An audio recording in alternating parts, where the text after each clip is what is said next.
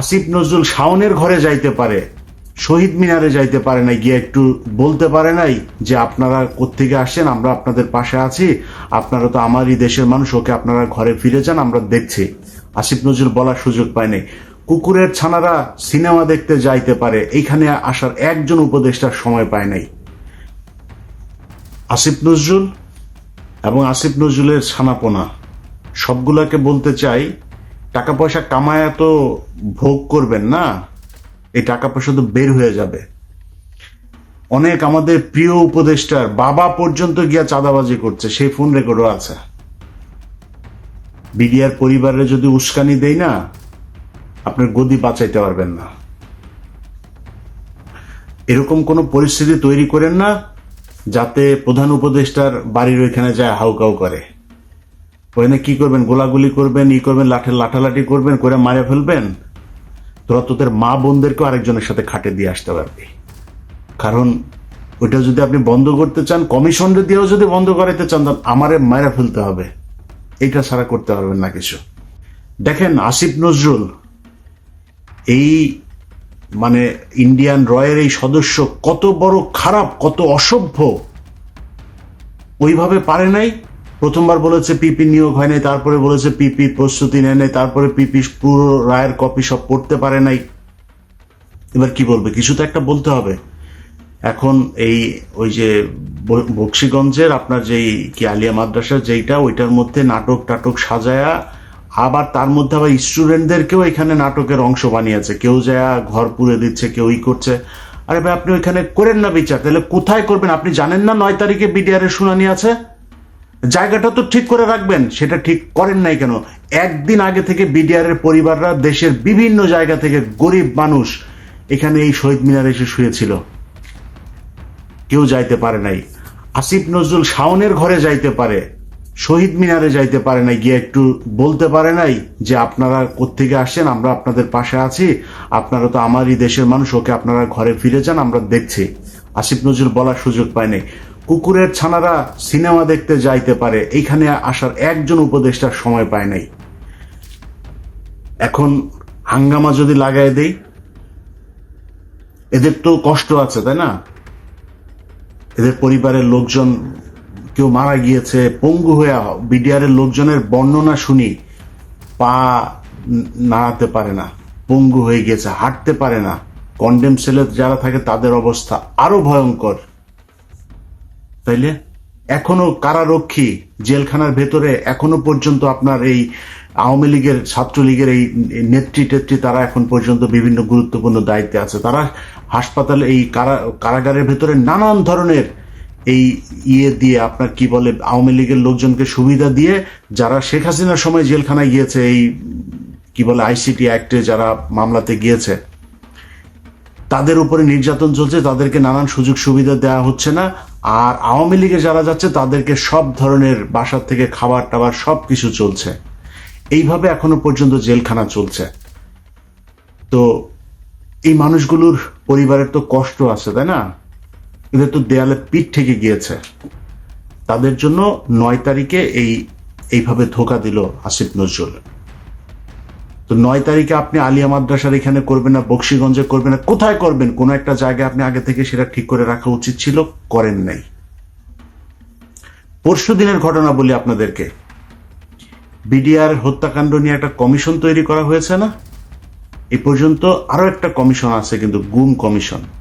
গুম কমিশনের যেসব চেয়ারম্যান, তাকে হচ্ছে আপনার অ্যাপিলেট ডিভিশনের আপনার বিচারকের দেওয়া হয়েছে, পদমর্যাদা দেওয়া হয়েছে, আর সদস্যদেরকে হাইকোর্ট ডিভিশনের এই বিভাগের আপনার বিচারকের পদমর্যাদা দেওয়া হয়েছে। এখন পরশু দিনের মিটিংয়ে এই যে সদস্য যে কজন ছিল, সেখানে এই মেজর জেনারেল ফজলুর রহমান সাহেবও ছিলেন। ফজলুর রহমান সাহেব ওই দিনের মিটিংয়ে নাকি খুবই চুপচাপ ছিলেন, তিনি কোনো কথা বলেন নাই। জানি না কেন কথা বলেন নাই। সদস্যরা সবাই দাবি করেছে তাদেরকে যেন ওই মর্যাদাটা দেয়া হয়।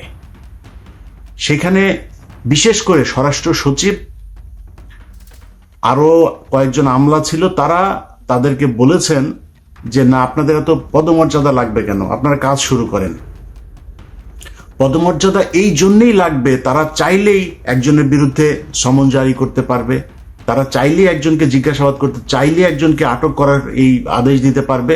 এই জন্য লাগবে, তাদের গাড়ি থাকবে, তাদের সিকিউরিটি থাকবে, তাদের সাথে গানম্যান থাকবে, এই জন্য তাদেরকে ওই পদমর্যাদা দিতে হবে। এটা দিতে চাচ্ছে না। আপনাদের নিশ্চয়ই মনে আছে, এই বিডিআর হত্যাকাণ্ড নিয়ে কমিশনই করতে চাচ্ছিল না। এখন কমিশন করে নানানভাবে এটার মধ্যে একটা বাধা সৃষ্টি করে কোনোভাবে যাতে এটাকে ঠেকানো যায়। এখানে তো 1-2 টাকার খেলা না, তো পুরো দেশ, ইন্ডিয়া একদম রাষ্ট্রীয়ভাবে এটার বিরুদ্ধে। আর আসিফ নজরুল কাদের প্রোডাক্ট, সেই প্রথম আলো, ডেইলি স্টার, সেগুলো তো আমরা সবাই জানি। এগুলো এখন করা হচ্ছে নানানভাবে। বিডিআর এর সাংবাদিক বিভিন্ন মিডিয়ার মাধ্যমে এই বিডিআর হত্যাকাণ্ড নিয়ে একটা ধূম্রজাল তৈরি করার পায়তারা করা হচ্ছে। তো এইভাবে আসিফ নজরুল আপনি তো বাঁচাইতে পারবেন না। বিডিআর এর হত্যাকাণ্ড নিয়ে যত অডিও রেকর্ড, যত কাগজপত্র, যত ফাইল যা যা আছে, কমিশনের কাছে যা নাই ওইটা আমার কাছে আছে। এখান থেকে বাঁচতে পারবেন না। আমি কাজ করছি, দিন রাত খাটছি বিডিআর এর এই ফাইল নিয়ে। এক এক ফোন রেকর্ড, সেই 25 তারিখের, 26 তারিখের, 27 তারিখের এক এক ফোন রেকর্ড 1.5 ঘন্টা 2 ঘন্টা করে শুনছি, সারা দিন রাত এগুলো শুনছি, শুনে শুনে লিখছি। আমি তো ফাঁক ফোকর রাখবো না, এমন এক জিনিস বানায় দিব এই কমিশন শুধু আমার ওই অনুসন্ধান দেখা যদি নাকি রায় দিয়ে দেয়, এনাফ, আর কিছু লাগবে না। আসিফ নজরুল আপনি যত টাকাই খান, যাই করেন, যেমনি চান, এটা বাঁচাইতে পারবেন না। আর যদি মনে করে থাকেন যা মনে চায় তাই করবেন, এই যে বাংলাদেশ ব্যাংকে রয়ের এক সদস্যকে আপনার বসানো হচ্ছে এখন, সব জায়গাতে আসিফ নজরুলের এই যে পিএস, বলেছিলাম না যে এবিএম খায়রুল হকের পিএস, মনে করেন যে সে জানে না বোধহয়, আমরা জানিয়ে দিয়েছিলাম তো না, সে ব্যক্তি এখনো তার পিএসসি আছে, ওই সেই মহিলা সে ওইখানেই আছে। সচিব আইন মন্ত্রণালয় মানে পুরো চালাচ্ছে হচ্ছে আওয়ামী লীগের লোকজন। যে কারণেই গাজীপুরের সবশেষ কনস্টেবলকে আপনার অবকাশকালীন এই আপনার বিচারক হয়েও সে আপনার ইয়ে করছে, কি বলে, এই মানে কনস্টেবলকে আপনার দিল, জামিন দিল। কেন জামিন দিল? কারণ ওই যে নিজের দলের লোক, দাদাদের দেশ থেকে ফোন করা হয়, এটা করো, এটা করে দাও, তার ওএসডি করা হয়েছে।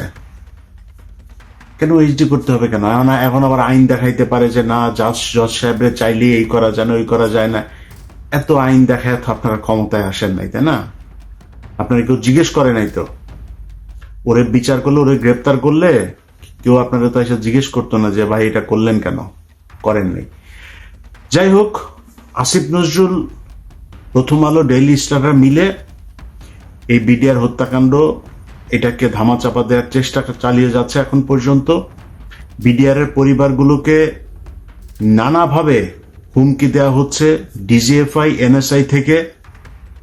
তাদের কিছু কিছু ডিজিএফআই, এনএসআই কর্মকর্তার ফোন রেকর্ডও তাদের কাছে আছে। তো এগুলো করে করে এই বিচারটাকে বন্ধ করার জন্য পায়তারা করা হচ্ছে। আসিফ নজরুল এবং আসিফ নজরুলের ছানাপোনা সবগুলাকে বলতে চাই, টাকা পয়সা কামায় তো ভোগ করবেন না, এই টাকা পয়সা তো বের হয়ে যাবে। অনেক আমাদের প্রিয় উপদেষ্টার বাবা পর্যন্ত গিয়া চাঁদাবাজি করছে, সেই ফোন রেকর্ডও আছে। বাপরে মাঠে নামিয়েছে চাঁদাবাজি টাকা কালেকশন করার জন্য। আবার এটার আবার একটা বৈধতা নিয়েছে, কিভাবে জানেন? ওনারা নাকি দল গঠন করবে, দলের জন্য টাকা লাগবে। আপনাদের অপমান করতে চাই না, নামগুলিও বললাম না, অডিও ছাড়ি না এখন পর্যন্ত। পরিস্থিতি এমন করবেন না যে সেগুলো ছাড়তে বাধ্য হই, তাহলে কিন্তু মুখ দেখাইতে পারবে না। আসিফ নজরুলের বিচির মধ্যে কামড় দিয়া বসা বসা আসিফ নজরুল যা বলবে সেটা শুনবেন, খুব বেশি দিন কিন্তু সহ্য করব না। খুব ভালোবাসি, খুব স্নেহ করি, অতএব একটু হিসাব করে চলতে হবে। আপনাদের কাছ থেকে কোনো তদবির করতে যায়নি যে ভাই আমার ওই লোকের সারাই দেন, এই লোকের সারাই দেন, এগুলো করতে যায়নি। আপনাদের কাছে দেশটা যেই কারণে স্বাধীন হয়েছে সেইটা চেয়েছি। প্রধান কাজ বিডিআর এর জওয়ানদেরকে ছাড়তে হবে। আসিফ নজরুল এই বিডিআর এর পরিবারের সাথে যেই শয়তানি করেছেন না, বিডিআর পরিবারে যদি উস্কানি দেই না, আপনার গদি বাঁচাইতে পারবেন না। এরকম কোনো পরিস্থিতি তৈরি করেন না যাতে প্রধান উপদেষ্টার বাড়ির ওইখানে যায় হাউকাউ করে। ওখানে কি করবেন? গোলাগুলি করবেন, করবেন, লাঠালাঠি করবেন, করে মারে ফেলবেন। এখন তো সেই দিন নাই যে গুলি করে মারে ফেলবেন, লাঠি মাটি মারবেন। ওরা লাঠি টাঠি খাইতে রাজি আছে। আমি চুপ করে রেখেছি, তাই চুপ আছে। সো এদেরকে এদের কষ্ট কিন্তু আমি নিতে পারবো না। মানে আমার ওদের যে কষ্টটা, সেই কষ্টটা ওরাই বুঝে কেমন লাগে আমি জানি না, আমি বুঝতে পারবো না ওইটা। সো ওদের যে কষ্টটা ওটা অনুমান করতে পারি। ওদের কথাবার্তা শুনলে বুঝি যে কত আগুন জ্বলছে। ছোট বাচ্চা, 6 মাস বয়স, সেই বাচ্চা এখন বিয়ে করছে, এখন পর্যন্ত মানে করতে পারে নাই, কি বলে, বাবার মুখ দেখে নাই। 15 বছর বয়স, বুঝেন? একটু 2 দিন পরে বিয়ে করার বয়স হয়ে যাবে। অনার্স মাস্টার্স করছে, যেই ছেলে আপনার ক্লাস 3, 4, 5-এ পড়েছে, সে এখন পর্যন্ত বাবার বুকে বুক মিলায় তারপরে জড়ায় ধরতে পারে নাই। সো এদের কিন্তু কষ্ট আছে, হ্যাঁ, মাথায় রেখেন। আপনি বিডিআর বিদ্রোহের এই নাম দিয়া বিডিআর হত্যাকাণ্ডকে বাঁচানোর চেষ্টা করবেন, এই সুযোগ আপনাকে দেওয়া হবে না। কারণ ওইটা যদি আপনি বন্ধ করতে চান, কমিশনরে দিয়েও যদি বন্ধ করাইতে চান, তখন আমারে মায়েরা ফেলতে হবে। এইটা ছাড়া করতে পারবেন না কিছু। যাই হোক, আগে ভাগে বলে রাখলাম, খুব সাবধানে। বিডিআর এর এই বিষয় নিয়ে কোনো ধরনের ধানাই ফানাই এটা বাংলাদেশের মানুষ মেনে নেবে না। কারণ এইটার সাথে এই দেশের এই বিডিআর এর অস্তিত্ব জড়িত, সেনাবাহিনীর অস্তিত্ব, এই দেশের অস্তিত্ব জড়িত। দেখছেন না এখন চারিদিকে বর্ডারে বিডিআর এর অফিসাররা, সেনাবাহিনী আর বিডিআর মিলে কিভাবে বিএসএফ এর সাথে ফাইট করছে। সারা দেশের মানুষ প্রয়োজনে ট্রেনিং নিয়ে তারপরে বিএসএফ এর সাথে দাঁড়াবে। ভারতের সাথে বাংলাদেশের মানুষ কোনোভাবে কোনো কিছুতে সমঝোতা করতে রাজি না। এদেশের মানুষ যুদ্ধ করবে, মরে যাবে। শুধু তোদের মতো কিছু অসভ্য টাকার কাছে তোরা তোদের মা বোনকেও আরেকজনের খাটে শোয়াই দিয়া তারপরে টাকা নিতে পারিস। এটা যদি না পারতিস, তাহলে এই আগস্টে যা ঘটলো, সেই জুলাইয়ের 16 তারিখ থেকে 5 আগস্ট পর্যন্ত এরকম একটা সরকারের পার্ট হয়ে টাকা পয়সার জন্য এত বিট্রে করতে পারতে না। তোরা তোদের মা বোনদেরকেও আরেকজনের সাথে খাটে দিয়ে আসতে পারবি। আল্লাহ হাফেজ।